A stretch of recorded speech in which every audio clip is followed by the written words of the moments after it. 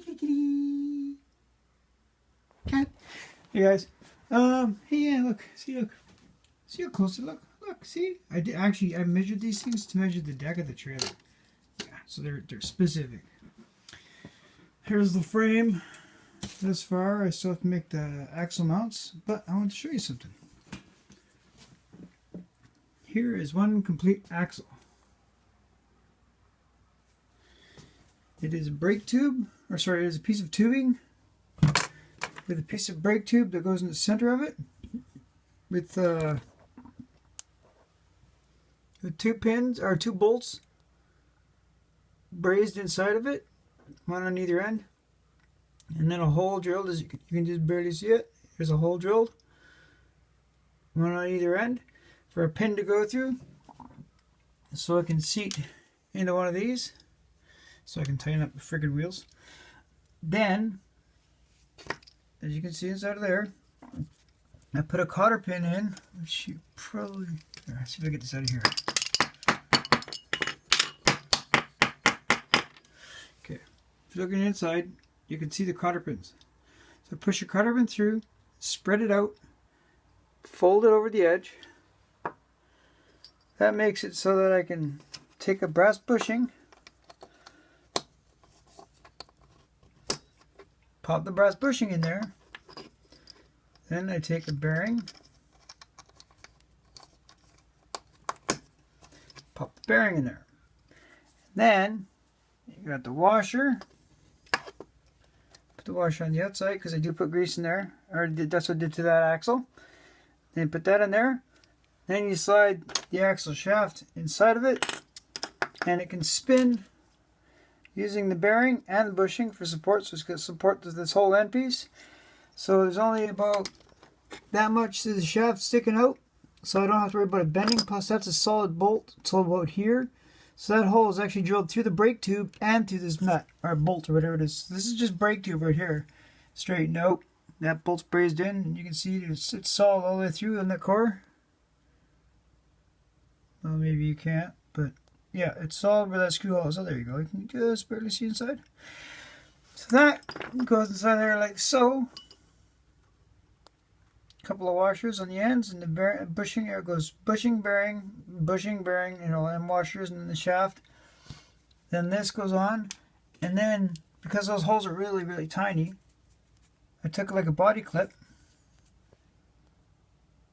cut it to the length I needed to fit in here. I mean, I don't torque them super tight. They don't need to be, just snug. Then, as you might have seen it in the background, bicycle chain. I brazed bits of bicycle chain onto this tube, which is going to be for my link mount. So I can mount one link onto here, which I have pieces right here. I don't have any very good ones, but you know, I'm using what I got. I use those to go on the bottom, and then it's going to come up to a link on the front, or to another mount. I got to make more of those and mount them on the frame when I get the frame made for the trailer. So there's going to be links coming off of here. See if I can get it in there. Here, hang on a sec. Like so. It's going to be pointed up to the frame. And I'm not worried about this end of it because this thing's not going off-road, so it can swing down. It doesn't really matter. And I saw this on a video. I can't remember what the guy's name was, but take some of this dense foam, and then this is going to be stuck inside of the frame as well. So the axle will actually sit on it like that. Whoops. We'll be sitting on it like so. Because I'm going to make a part that goes down there where it sits on it. And then the frame rails will be running like along here. And the other axle, which is not made, will be, whoopsie, runaway bearing. So yeah, so both axles will be under there like something like that. And I'll cut this foam to fit. And I'll make a little spot up in the frame for it. And that'll be my ride height. That's how that's going to work. So yeah, foam for my suspension. Bits of brake tube, piece of pipe. Yeah, it's a solid axle. A little bit of a wobble in the wheels, but I might be able to fix some of that with some tire. Let me just adjust the tire a little bit. Straight already. See, so there you go.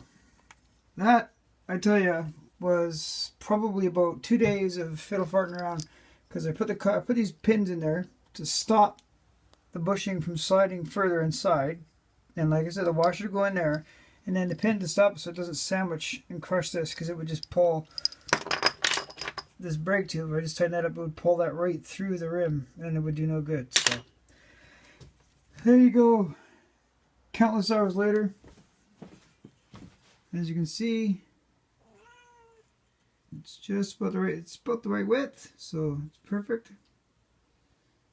Maybe sitting about there. Yes, that's the hitch. But yeah, cat. So there you go. There's a trailer axle update. Yeah, one axle is complete. Now I have to do the other axle.